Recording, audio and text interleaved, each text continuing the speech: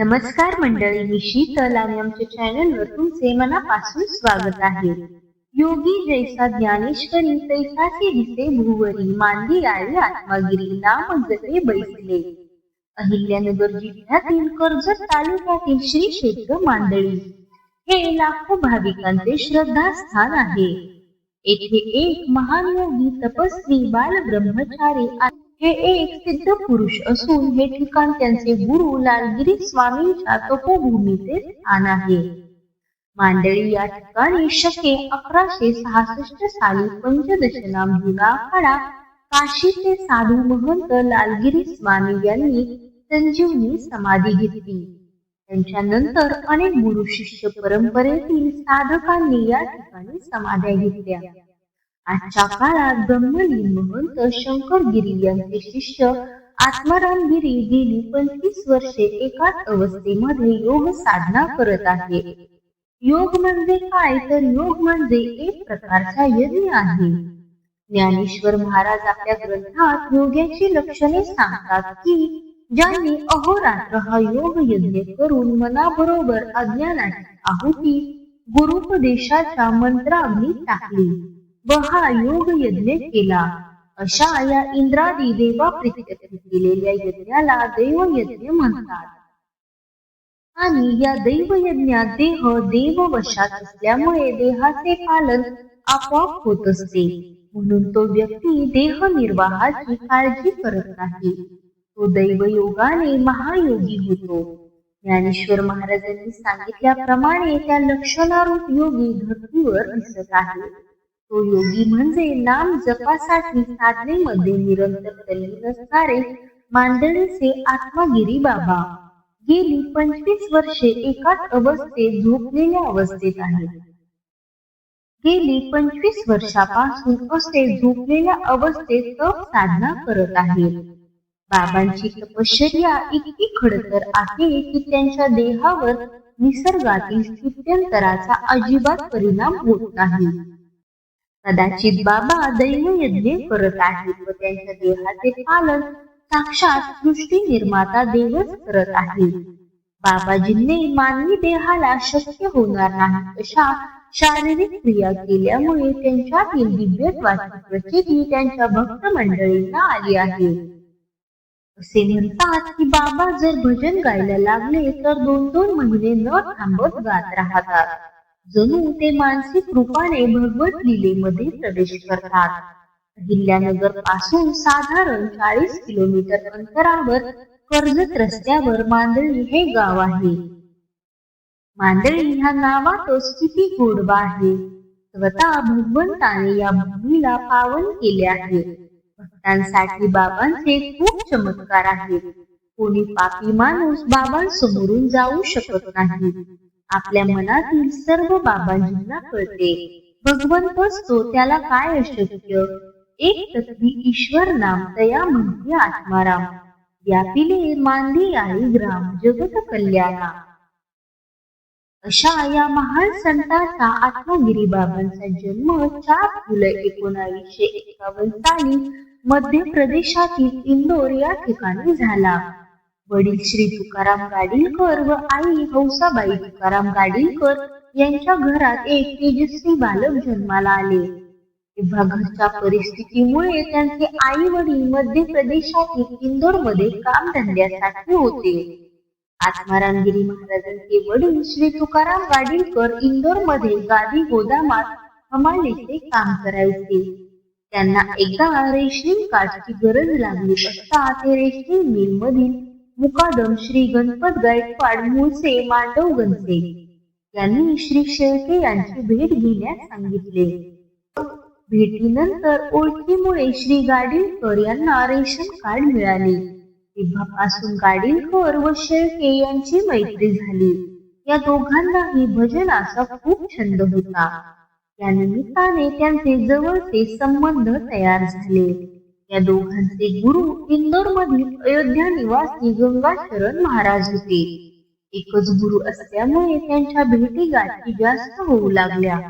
त्यांचे गुरु गंगाशरण महाराज यांचे भजन कीर्तनाचे कार्यक्रम इंदोर मध्ये त्या काळी नेहमी होत असायचे. पुढे कैकाडी महाराजांचे शिष्य पुंडलिक महाराज म्हणजे परीट बाबा यांचे मांदळी येथे जाहीर कीर्तन झाले होते. त्यावेळी मांदळीच्या लालगिरी स्वामी महाराजांच्या मठामध्ये मठाधिपती शंकरगिरी महाराज होते.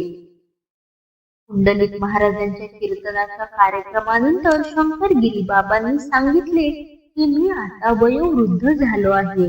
श्री लालगिरी स्वामींच्या सेवेसाठी एक दत्तक मुलगा हवा आहे. पुढे 5-6 महिन्यांनी पुंडलिक महाराज ज्यावेळी बद्री नारायण यात्रेला चालले होते तेव्हा एक मुक्काम त्यांचा इंदोर या ठिकाणी झाला. तसेच मुक्कामाच्या ठिकाणी त्यांचे जाहीर हरी कीर्तन झाले. कीर्तनादरम्यान महाराजांनी उल्लेख केला की श्री क्षेत्र मांडळी येथे श्री लालगिरी स्वामींची संजीवनी समाधी आहे. तेथे सेवेसाठी बाल ब्रह्मचारी मुलाची आवश्यकता आहे. तरी आपणापैकी कोणी आपला मुलगा दत्तक म्हणून मांडळीच्या स्वामींच्या सेवेसाठी देऊ शकत असेल तर जाहीर करावे. कीर्तनाच्या ठिकाणी आत्माराम बाबांचे वडील हे होते. त्यांनी याबाबत मनामध्ये विचार केला. आत्माराम बाबांच्या वडिलांना या अगोदर इंदोर मधील श्रीनाथ महाराजांच्या ध्वनी आश्रमामध्ये आत्माराम बाबांना दत्तक देण्याविषयी विचार केला होता. परंतु आजच्या कीर्तनातील महाराजांच्या सांगण्यावरून तसेच मी महाराष्ट्रीयन आहे या स्वाभिमानामुळे त्यांच्या मनात परिवर्तन होऊन इंदोर मध्ये माझा मुलगा दत्तक देण्याऐवजी श्री क्षेत्र मांदळी येथे तापन स्वामींच्या सेवेसाठी आत्मारामला दत्तक देऊ असे त्यांना वाटले. श्री तुकाराम गाडीलकर यांनी मांदळीचे काही गृहस्थांकडून सर्व माहिती जमा करून आत्मारामला मांदळी देवस्थानसाठी दत्तक द्यायचे ठाम केले. त्यानंतर श्री तुकाराम गाडीलकर व आत्माराम हे बालक मांदळीला आले. त्यावेळी या मठात लालगिरी स्वामींच्या सेवेसाठी शंकरगिरी महाराज व मोतीगिरी गोसावी हे मठाधिपती होते. त्यांच्यात झालेल्या चर्चेनुसार आणि तुकाराम गाडीलकर यांच्या सहमतीनुसार या चिमुकल्या तेजस्वी मुलाला शंकरगिरी महाराजांनी पाहताच होकाराचे उत्तर दिले. होकार मिळाल्यानंतर आत्माराम बाबाच्या वडिलांनी इंदोर येथे जाऊन आपल्या मिलमधील नोकरीचा त्याग करून आपला संसार प्रपंच घेऊन पुन्हा मांदळीला आले व चिमुकल्या बालकाला म्हणजे आत्मारामला कायदेशीर दत्तक दिले. आत्माराम तुकाराम गाडीलकर हे नाव बदलून आत्मारामगिरी गुरु शंकरगिरी हे नाव मिळाले. त्यावेळी चिमुकल्या आत्मारामचे वय अवघे 4-5 वर्षाचे होते. दत्तकपत्र झाल्यानंतर शंकरगिरींनी कान फुंकून त्यांना दीक्षा दिली. तसेच सर्व विधी मार्ग केले. त्यावेळी मांदळीमध्ये मोठा कार्यक्रम झाला. दीक्षाविधीच्या कार्यक्रमाला गावातील लोकांना भोजन देऊन आनंद व्यक्त करण्यात आला. त्यानंतर या बालकाला शंकरगिरी महाराजांनी लालगिरी स्वामी समाधीची सेवा करण्याचे शिकवले. तसेच त्यांना शालेय शिक्षण दिले. आत्माराम बाबांनी इयत्ता 1ली ते 7वी पर्यंत शिक्षण मांदळीमध्ये जीवन शिक्षण विद्यामंदिर या शाळेमध्ये पूर्ण केले. त्यानंतर 8वी ते 10वी पर्यंतचे शिक्षण त्यांनी मांदळी पासून जवळच असलेल्या रयत शिक्षण संस्थेचे श्री छत्रपती शिवाजी माध्यमिक व उच्च माध्यमिक विद्यालय घोगरगाव येथे केले. देवपूजा शिक्षणाबरोबर त्यांनी भजन, तबला, हार्मोनियम याचेही चांगल्या प्रकारे शिक्षण घेतले. त्यामध्ये त्यांनी नामलौकिक मिळवला. याबरोबरच आत्मागिरी बाबांना कुस्त्यांचाही चांगला छंद होता. ते नियमित शारीरिक व्यायाम करत असत. तरुणपणात ते मित्रांबरोबर फिरत असत. परंतु कधीच त्यांनी मित्रांबरोबर भांडण-तंटा केला नाही. पुढे त्यांचा मित्र परिवार आपापल्या संसारात रमला व हे तरणे बांडभार संन्यास आश्रमात विहार करू लागले. संन्यास आश्रमातील कालावधी त्यांचे वागणे लोकांना विक्षिप्तपणाचे वाटू लागले. बाबाजी भजन, गायन, वादन करीत असे. पुढे या कलेचा उपयोग त्यांनी गावातील अनेक लोकांना शिकवण्यासाठी केला. त्यामुळे मांदळी गावामध्ये भजन कीर्तनाच्या कार्यक्रमासाठी अनेक वादक त्यांनी तयार केले. आत्माराम पूजा आटोपल्यावर गावामध्ये भिक्षा मागून जेवत असायचे. त्याचबरोबर ते मठातील शेतीची देखभाल सुद्धा करत होते. मठाच्या नावावर असलेल्या मळ्याची मशागत करून ते भजनाचा कार्यक्रम करायचे. कधी कधी तर ते मळ्यात भजन गाण्यासाठी हार्मोनियम पेटी घेऊन जायचे. बाबाजी मठामध्ये आनंदी राहत असताना एकदा त्यांना आई वडिलांबरोबर श्री तीर्थक्षेत्र काशी येथे जाण्याचा योग आला. बरेच दिवस ते काशी या ठिकाणी आई वडिलांसोबत राहिले.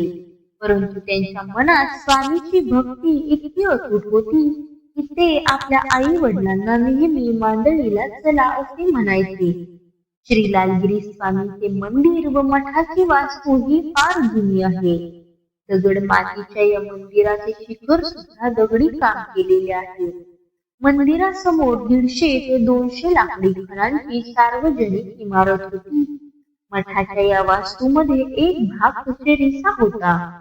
तिथे गावातील लहान मोठे तंटे मिटवले जायचे. मंदिराच्या पाठीमागे महाराजांना राहण्यासाठी घर दिले होते. पुढे कालांतराने आत्माराम बाबांच्या वडिलांनी मांडळी सोडली व ते आपल्या मूळ गावी हंगेवाडी तालुका श्रीगोंदा येथे गेले. गावाला गेल्यावर त्यांच्या वडिलांचे काही दिवसातच आजारी पडून देहावसान झाले. लालगिरी स्वामींच्या सेवेत खंड पडू नये म्हणून आत्माराम बाबा त्यांच्या वडिलांच्याही अंत्यविधीला गेले नाहीत. वडील गेल्यानंतर बाबाजी व त्यांची आई मठामध्येच राहू लागले. त्यानंतर अनेक दिवस त्यांचा स्वभाव फार हठयोगी बनला होता. कधी कधी आई विनंती करून थकत असे तरी ते जेवत नसायचे. बाबांच्या या स्वभावामुळे काही दिवस गावातील अनेक भक्त त्यांच्याकडे दुर्लक्ष करू लागले.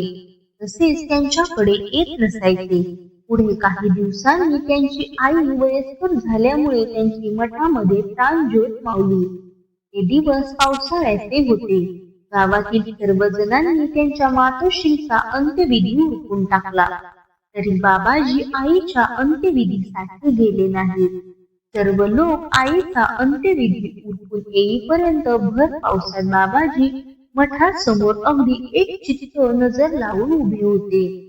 आई वडील दोघेही गेल्यामुळे बाबा नेहमी उदास वृत्तीने मठात दिसायचे. परंतु स्वामींच्या निष्ठापूर्वक भक्तीमुळे त्यांनी कधीही गाव सोडले नाही. त्यानंतर मांडळीच्या शिवारात त्यांनी 12 वर्षे कठोर बसून तपश्चर्या केली. तपश्चर्येनंतर आत्माराम बाबांच्या हातून अनेक चमत्कार घडले. उन्हाळा, पावसाळा, हिवाळा कोणत्याही ऋतूमध्ये ते उन्हापासून, पावसापासून किंवा थंडीपासून संरक्षण करण्यासाठी कुठल्याही प्रकारचा आसरा घेत नसायचे. भर पावसात बाबा भिजायचे, भर उन्हामध्ये हिंडायचे, कडक थंडीत सुद्धा अंगावर वस्त्र न घेता तपश्चर्या करायचे. अशा कठोर तपश्चर्येदरम्यान तब्बल 12 वर्षे ते कधी झाडावर बसत तर कधी उन्हात. त्यांना ना खाण्यापिण्याची काळजी ना अंधार पडला म्हणून घरी जाण्याची काळजी. कधी झाडाच्या लिंबोळ्या आणि पाला व खडा माती खाऊन ते आपली भूक भागवत असत. दैनंदिन दिनचर्येमध्ये देखील त्यांचा हठयोगी स्वभाव होता. अशा स्वभावात तब्बल 12 वर्षाची कठोर तपश्चर्या बाबांनी पूर्ण केली. पुढे अशाच प्रकारची मठ तपश्चर्या सुद्धा त्यांनी केली. त्यावेळी मठाची स्थिती पाहिजे तेवढी सुधारलेली नव्हती. तसेच त्यावेळी लालगिरी स्वामी मठात दर्शनासाठी येणाऱ्या भाविकांची गर्दी फार कमी असायची. इमारतीची पडझड झालेली होती. परंतु बाबा मठात आल्यानंतर मठाच्या जीर्णोद्धाराचे काम जोमाने सुरू झाले. बाबांच्या मठात आल्यानंतर त्यांनी त्यांची पुढील तपश्चर्या चालूच ठेवली. मात्र त्यांच्या स्वभावात थोडासा बदल झालेला होता. मठात आल्यापासून शक्यतो बाबा बोलत नव्हते. परंतु भाविकांना त्यांच्या दर्शनी लाभातून अनेक अनुभव येऊ लागले. जसजसे अनुभव येऊ लागले तसतसे भक्तगणांची संख्या वाढू लागली. गर्दीचा ओघ वाढू लागला. या काळात रात्रंदिवस ते एकटेच भजन गात असायचे. तसेच नित्य नेमाने लालगिरी स्वामींची पूजा अर्चा करायचे. पूजा झाल्यानंतर दिवसभरातून एकदा गावातून भिक्षा मागून ते जेवत असायचे. अशा प्रकारे त्यांनी पुढील 12 वर्षाची मठ तपश्चर्या पूर्ण केली. या 12 वर्षाच्या काळात ते कधीच गावाबाहेर गेले नाहीत. या दोन्ही प्रकारच्या तपश्चर्येनंतर बाबाजी झोपलेल्या अवस्थेत तपश्चर्या करू लागले. आजही लालगिरी स्वामींच्या मांदळीच्या या मठात परब्रह्म बालब्रह्मचारी आत्मागिरी महाराज त्यांच्या पोहोचण्याची तपश्चर्या करत आहेत. ते कधीच उठले नाही. त्यांच्या सेवेतील सेवेकरी महाराजांची त्यांच्या या स्थितीमध्ये सेवा करताना दिसतात. बाबा जशी स्थिती असेल त्या स्थितीमध्ये कित्येक तास कित्येक दिवस एकाच अवस्थेमध्ये राहतात. मणी आले तर अन्न ग्रहण करतात, नाही तर कित्येक दिवस अन्न त्याग करतात. महाराजांच्या या ब्रह्मरूपी देही स्थितीत प्रत्यक्ष त्यांचे दर्शन घेण्यासाठी आणि लालगिरी स्वामींच्या संजीवनी समाधीच्या दर्शनासाठी महाराष्ट्र व देशाच्या कानाकोपऱ्यातून अनेक भाविक येतात. संत दर्शनी लाभ दुर्लभ. या ओवीप्रमाणे भाविक भक्तांची गर्दी मांदळी येथे दिवसेंदिवस वाढत आहे. सध्या मांदळी हे भक्तांचे श्रद्धास्थान झाले आहे. बाबा भक्तांमध्ये खूप प्रसिद्ध आहे आणि त्यांच्या दर्शनासाठी अनेक भक्तांची गर्दी होते. लालगिरी स्वामींच्या समाधीस्थळी अनेक कार्यक्रम आणि सोहळे आयोजित केले जातात. प्रत्येक एकादशीला येथे खिचडीचे महाप्रसादाचे वाटप केले जाते.